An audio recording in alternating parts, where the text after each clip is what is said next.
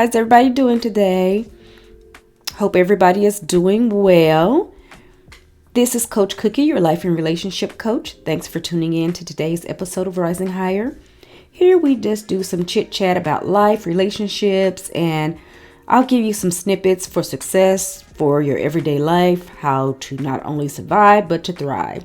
In today's video, I want to share my mental health journey. I knew it was coming, but I didn't know when. But I was motivated to share my story of my mental health journey after listening to Tamar Braxton's story on Taraji Henson's show in December 2020. So I'm going to do that today in this episode. But before we get into that, let's talk about the high points from last week's video. So last week we talked about safety tips before leaving a toxic relationship. The points from that video is prior to developing your exit plan is to make sure your thoughts are rational and not emotional. Trust no one but yourself and accept that you want better and it's time to move on. If you want to hear the full episode, it's called Tips Before Leaving a Toxic Relationship. Today on Cookie's Commentary, I want to talk about getting assistance with your medical bills. This is pretty much focusing on if you need assistance with your medical bills when you don't have insurance. But the first thing I want to tell you is not to get stressed out. Most important thing is to be with your loved ones while they're in the hospital. Don't worry about the medical bills. Focus on your family. For example, if your wife is in the hospital after giving birth to the baby and both the mother and the baby had to stay in the hospital due to complications, this is not a good time to worry about the bills. This is when you want to worry about your family and your family getting healthy. After the wife and the baby get home, maybe it's been about 6 months, and you collected all the bills and they come to about $250,000. If you know in reality that, especially with this pandemic going on right now, and you know you don't have any options for a payment plan, this is what you're going to do. You're going to contact the hospital financial aid office. For everyone that doesn't know this, but the law requires hospital to offer a financial aid program. If you fall below the poverty line, your bill can be reduced or forgiven. If this doesn't work and the financial aid office refuses to work with you, then you contact the doctor. You're going to contact that doctor that actually provided the services in the hospital. So like the doctor that delivered your baby, the doctor that worked with your wife, you're going to contact that doctor. Then you're going to contact the hospital chief financial officer, and you're going to contact the administrator. You're going to set up a meeting. Of course, you're going to be polite and tell them that you appreciate what they've done for you and that your wife and the newborn baby are great and they're doing fine, but you don't have the money to pay the bill. And the financial aid office didn't work with you and give you a plan to help you out. Trust me. The problem will be resolved when these 3 people get involved, because they're not going to want a report to come out about the hospital having a bad reputation of not being helpful for their patients. And another thing is to remember is that it's a good idea to go to the hospital in your area in advance before a medical emergency comes up and fill out a financial assistance form. That way, when it gets to the point where you get where you need medical attention from the hospital, you'll already be on file to receive financial assistance. Okay? So this is something that you're struggling with and you need tips. You need a little bit more tips on how to pay your medical bills. Let's talk about it. Contact me, heycoachcookie@gmail.com. I would love to hear your comments and other ideas on how to handle your medical bills when you don't have medical insurance. Everyone that needs help with this, I'm sure they would appreciate to hear anything that you would have to offer. Okay. Now we're on my favorite part of the show, keeping it real. This is the part of the show where you ask me questions about a topic and I will answer the question. So today on Keeping It Real, I got a question from Pamela. Pamela says, "Hey, Coach Cookie, why does it seem like I always end up being the side chick?" Wow. Okay, this could be from a few factors, but a big one is due to you having low self-esteem issues. So you attract men that reflect how you feel about yourself. These men will abuse you, take advantage of you in any way that they can. When you work on yourself and build your self-esteem, the quality of men that will attract you will change. Remember, most men who attract women with low self-esteem don't feel comfortable around confident women. So girlfriend, it's time to work on building up your self-esteem so you can stop attracting these men. You may want to check out my episode entitled How We End Up in Toxic Relationships and How We Break the Cycle. This will really help you get started with building your self-esteem. Now we're going to deal with the big pink elephant in the room, and we're going to get to the main topic for today. I listened to Tamar Braxton's story and the comment that she made in December 2020 on Taraji P. Henson's show. She wanted to give up on life and hurt herself because she thought her son deserved better, and she was embarrassing him in public and on television. Of course, I know there are a lot of other things that have been going on in our society as it pertains to individuals suffering from mental health because of a lot of things that people are going through and struggling through this pandemic. But Tamar Braxton's comment triggered something deep inside of me to tell my story.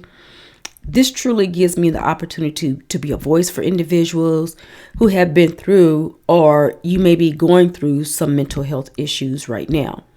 A lot of times individuals who have been through a mental health crisis, they really don't understand what it's like, and it makes it difficult for the person that is really going through to have someone to talk to. So I want to be able to tell my story and at the same time let people know that I understand what you're going through and I'm here to help if you need that help. So let me tell you a little bit about my journey with mental health as a pastor's wife and an evangelist. I left home at 18 years old in the fall of 1983 to attend college at Lake University in Jefferson City, Missouri. A lot of my friends that I had in college would go to church on Sundays and Wednesdays and would invite me to go with them. I wasn't raised in church, but I do remember going to church with various family members while I was coming up. I never was really a follower, and I had a lot of questions about what was going on in the church and why were we doing certain things. For example, if I went to a Catholic church, I wanted to know, why are we bound down to Mary? She's a statue. It's a statue of Mary. Why are we bound down to her? Nobody could really answer questions that I would have. So a few years prior to starting college, I started studying in very detailed, various denominations. You name it, I studied it. And I studied to the point where I could explain to you what was in the Word of God and what was in the other books that denominations had in addition to the Word of God. So after much studying, I got saved and I was baptized at the age of 19 at a Pentecostal revival. Little did I know, but at the time of this revival, the man that preached in the revival would be my husband. I got called to the ministry at a very young age, and not long after that, I got married. Both my husband and I would teach and preach abroad as evangelists. This was in the mid-'80s, and at that time, we would have a broadcast on the radio and on television that would announce that we were coming to their city. Our house phone would blow up all the day from people out of town asking if it was true and if we were coming to their city. When we would finally arrive at that city, there were so many people who would come to see us that there was not enough room for everybody to get in the church, and they would sit out on the sidewalk, in lawn chairs, in the grass, or on the rooftop to hear the word of God. When I got pregnant with my first child, my husband no longer felt it was his calling to travel and evangelize. He wanted us to be a part of a church. I noticed that this wasn't easy for him. He bumped heads with pastors and leaders of the church. He would tell them what was wrong with their church and what they would need to do to improve their church. He felt like there was no church that existed that was living right according to the ways of God and the Word of God.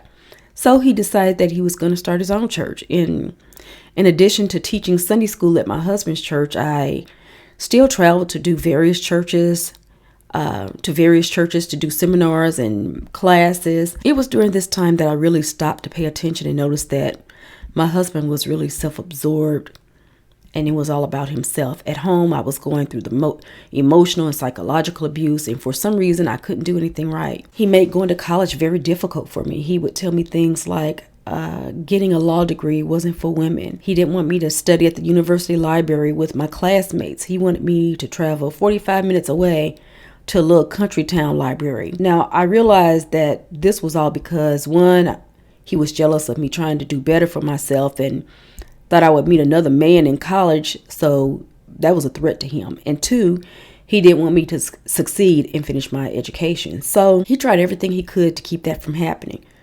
20 months after I gave birth to my first child, I had a second child. That was a son.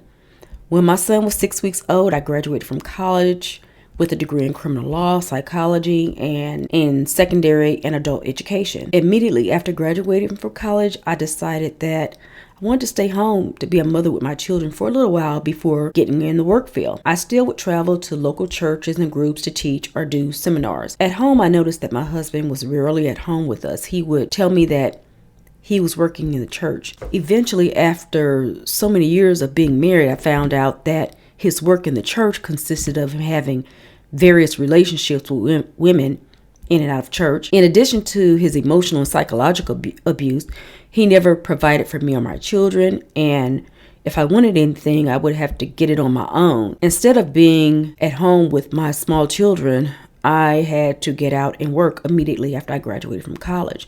My first teaching job was in a level 5 all-men penitentiary, and I really liked that job. That was my first teaching job. I went through this period of depression that was so bad. I hated being at home on the weekends. I would rather be at work. I couldn't handle being in the same city after so long, along with all the drama he had going on in the church. So I told him I was leaving to get a break for a while and wanted to know what it was like to have a job in a large city. So I packed my things and my children and we moved to Kansas City, Missouri. In reality, I was leaving him and wasn't going to return unless he made some serious changes. I left the relationship thinking he was going to get himself together, but he never did. It got worse. He would come visit me and my kids with various women in an attempt to make me jealous, but that didn't work. He used the kids and told me that they didn't want to live with me and they wanted to live with him.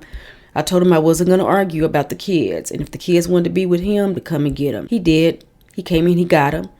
But deep down inside, I knew he didn't want the kids. He was just saying that because he wanted to use that to get me back, but it didn't work. 3 months after the kids were with him, they came back to me. He asked me to come back several times, but I told him I refused to come back until there was some serious changes. So not very long after his last "I want you to come back" speech, he ended up getting another woman pregnant. Now remember, he was a pastor of a church, so he had to keep up with his reputation of being a decent man. So not long after he got this woman pregnant, he sent me divorce papers in the mail to divorce him. Oh my God, this is when I lost it. This is when my life spiraled downhill and I had a severe breakdown. I slipped into a severe depression. You know, that depression where you just like you go through the motions and you don't get out of bed, you don't know the time, you don't know the day of the week, and basically you really didn't care. I missed my appointments for various church groups and organizations. I lost interest in things that I usually love to do. I was always the big fashion diva, but my appearance was not the same. At this time, I was teaching at high school with the Kansas City School District, and when I went to work, I felt like I was just going through the motions and everything was a big blur. My son at the time was in the 2nd grade, and he told his teacher and the principal of his school that I was really sick and that someone needs to come by to check on me. And they came by to check on me, and the principal asked me if the doctor gave me a depression medication. And I told him that he did, but I was too afraid to take it. The principal kind of broke it down to me and said that the medications have to make you feel better than what you're going through right now. You have to think about your children, and you have to be in a condition to take care of your children. I agreed. I was afraid, but I started taking my psych medications immediately. The day after that visit, my son came to my bedroom, and I remember laying in the bed like a zombie.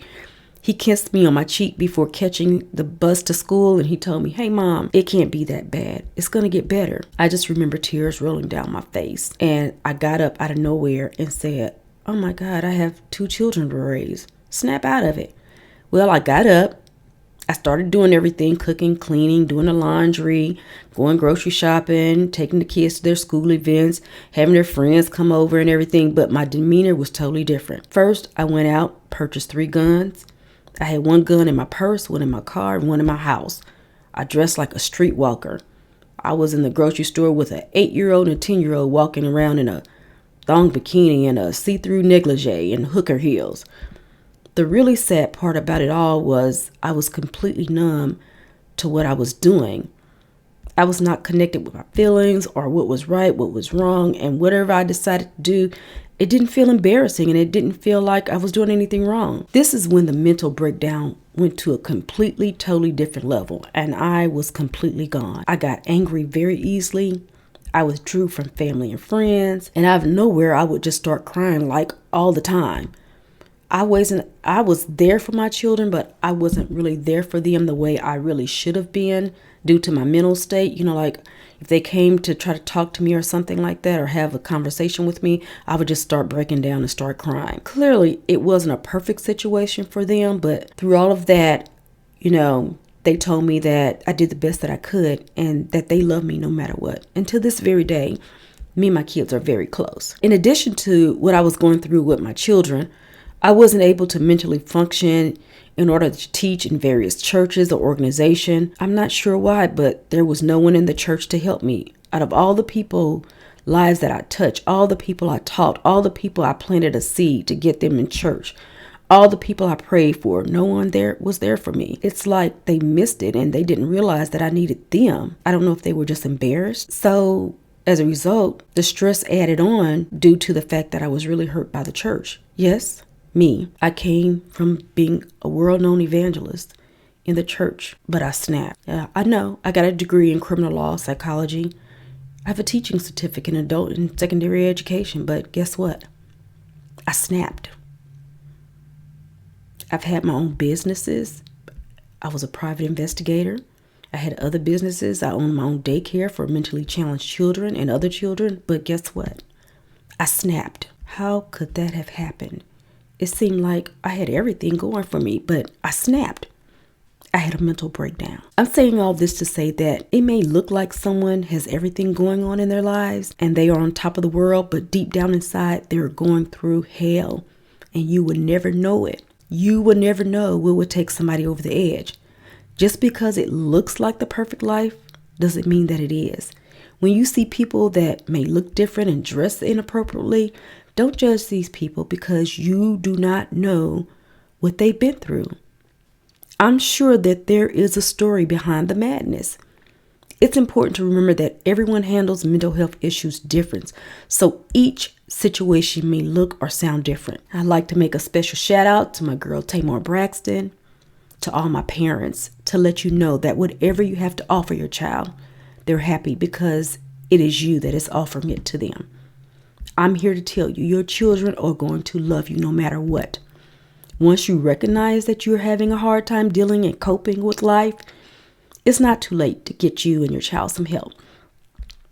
Pick yourself up, dust yourself off, put your head up high, and look to God for strength. Everyone under the sound of my voice who is depressed and is going through a mental health issue, if no one has told you today, I love you. If you feel like you need help, please seek help. And remember, there is nothing wrong with it if you decide you need to get help. All it means is that you need someone to talk to who will be able to provide you with a different view to help you make sense out of your thought process. If you're on edge and you need someone to talk to, start to pull all the pieces together, get in contact with me, at heycoachcookie@gmail.com to find out if you can benefit from coaching. Remember, the first 30 minutes are free. My inbox is always open. Feel free to connect with me online, Facebook, Instagram, at Rising Higher Podcast. To all my listeners, I would love to hear your thoughts on this topic. Also, I want to be able to bring content that meets your needs. So if you have questions that you would like for me to answer, or if you have a topic that you would like for me to discuss over a video, please let me know. This is Coach Cookie reminding you to love yourself first as we rise higher together. Talk to you soon.